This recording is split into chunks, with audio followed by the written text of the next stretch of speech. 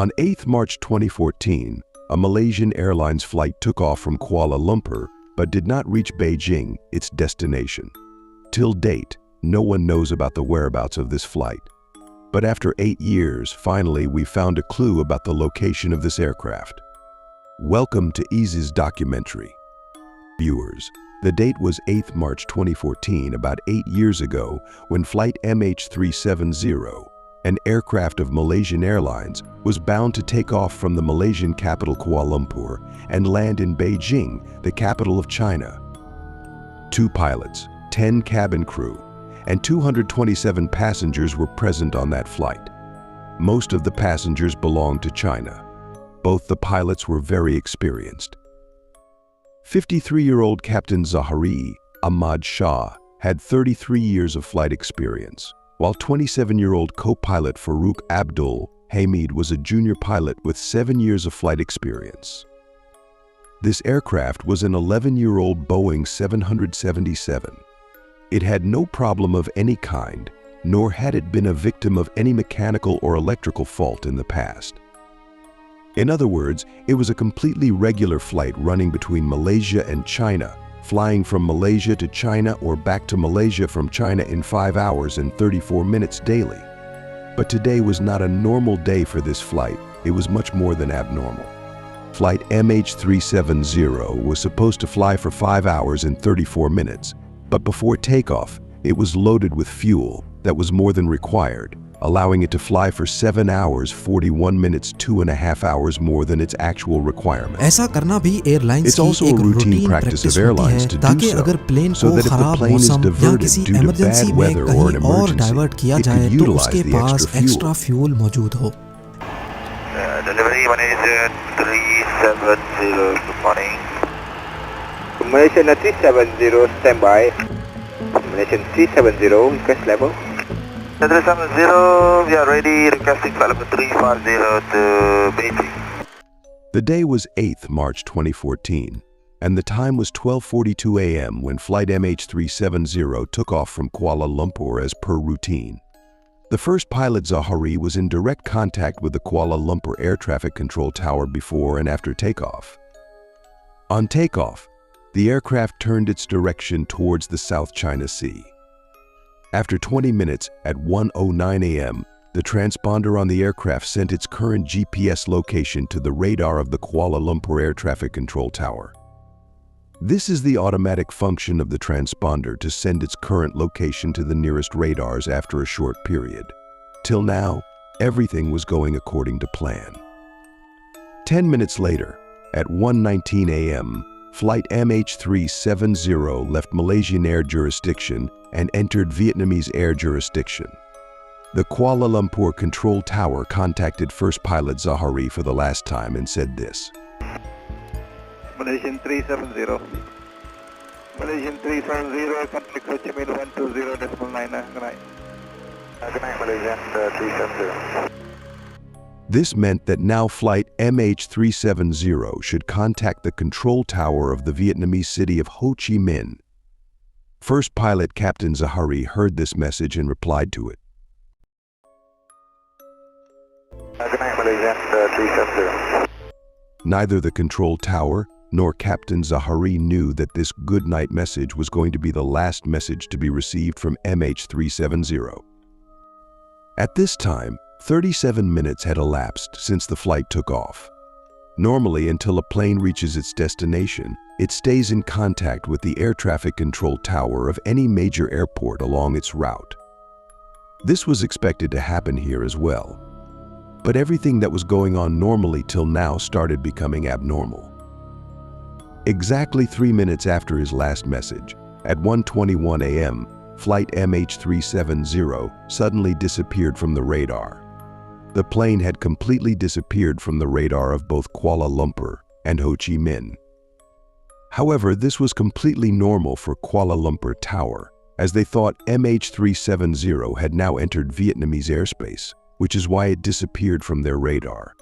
But when the Ho Chi Minh Control Tower saw flight mh370 disappearing from their radar, they felt something was wrong. They immediately tried to contact the captain, but no one responded. For the next 18 minutes, Ho Chi Minh Tower tried to contact mh370, but still got no response from the captain. Then, the Ho Chi Minh Tower contacted the Kuala Lumpur Tower and briefed them on the situation.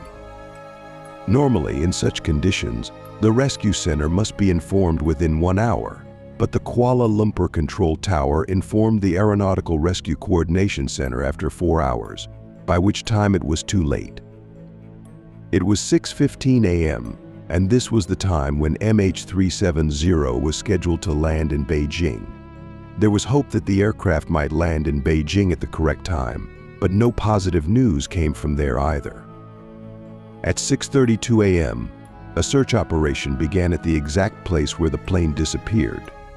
34 ships and 28 aircraft from 7 countries started searching for flight mh370 on the border of the Gulf of Thailand and the South China Sea. But unfortunately, there was no trace of the aircraft. By this time, the whole world had come to know about this incident. TV, news websites, and social media were all showing only this news. During this, investigation teams from many countries joined the search operation. No one could understand why the aircraft suddenly disappeared from all radars. And even if it had crashed in this sea area, it was expected that some wreckage would be visible since it was a large aircraft. This search operation continued for the next 4 days, but still, there was no trace of the aircraft. On the 4th day, however, news arrived that shook the entire rescue operation team. When flight mh370 disappeared from the radar at 1:21 a.m. on 8th March, it had disappeared from the civilian radar, but it remained on the radar of the Malaysian military for the next hour. After disappearing from the civilian radar, the aircraft started moving toward the right for a few minutes, then took a U-turn and turned back toward Malaysia. After 31 minutes, the aircraft crossed the Malaysian city of Penang and then turned towards the Malacca Strait. Flight mh370 was last detected up to this point in the Indian Ocean, as far as the range of military radar could detect, at 2:22 a.m. After this, mh370 neither showed up on the military radar nor on any civilian radar. The entire rescue team and every person associated with this plane was only trying to solve one mystery: where did the aircraft go? What bothered them more was why the plane took a sharp U-turn in the exact opposite direction from Beijing. The rescue team, which was earlier looking for the plane in the Gulf of Thailand and the South China Sea, now started their search in this part of the Indian Ocean. But surprisingly, there was no trace of the plane here either. A few days later, another piece of information surfaced that once again changed the entire situation. The airplane disappeared from the military radar at 2:22 a.m., but there was a satellite with which it remained in contact. It's normal for Boeing airplanes to try to contact a satellite if their own communication system fails.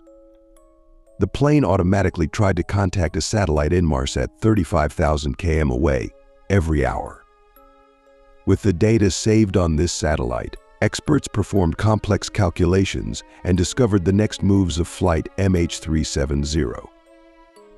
It was learned that the Malaysian aircraft took another turn after disappearing from the military radar and flew over the Indian Ocean in the same direction for the next 5 hours. At 8:19 a.m., the aircraft tried to connect to the satellite for the last time, which was the final signal from mh370. After this, the plane neither contacted any other satellite nor showed up on any radar. When the rescue team initially started searching for the aircraft, it was actually flying far from there.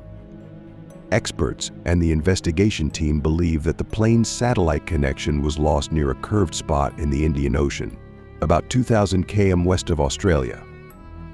After taking off from Kuala Lumpur, the plane took 8 hours to reach this spot, which matched the fuel capacity of the aircraft, suggesting mh370 might have crashed here after running out of fuel. The highlighted area of the Indian Ocean is larger than India, so a deep-sea search operation began. It was crucial to find mh370 because until the plane and its black box are found, what happened inside before the crash will remain unknown. The search continued for years, costing over $160 million, but nothing was found. In 2015, a year after the plane disappeared, the right flaperon was discovered on Reunion Island's beach. This flaperon aids in landing, and investigations revealed that it wasn't extended when the plane crashed, suggesting the plane nosedived into the water. Over the next few years, parts and debris were found on African shores, but the plane and passengers remain missing. Some investigators suspect a hijacking, others think electrical failure cut off outside contact, causing everyone to faint. The actual cause may only be known if the black box is recovered. In February 2022, 8 years after mh370 disappeared, aerospace engineer Richard Guthrie claimed to have pinpointed its location using weak signal propagation analysis. This point lies in the same Indian Ocean curve.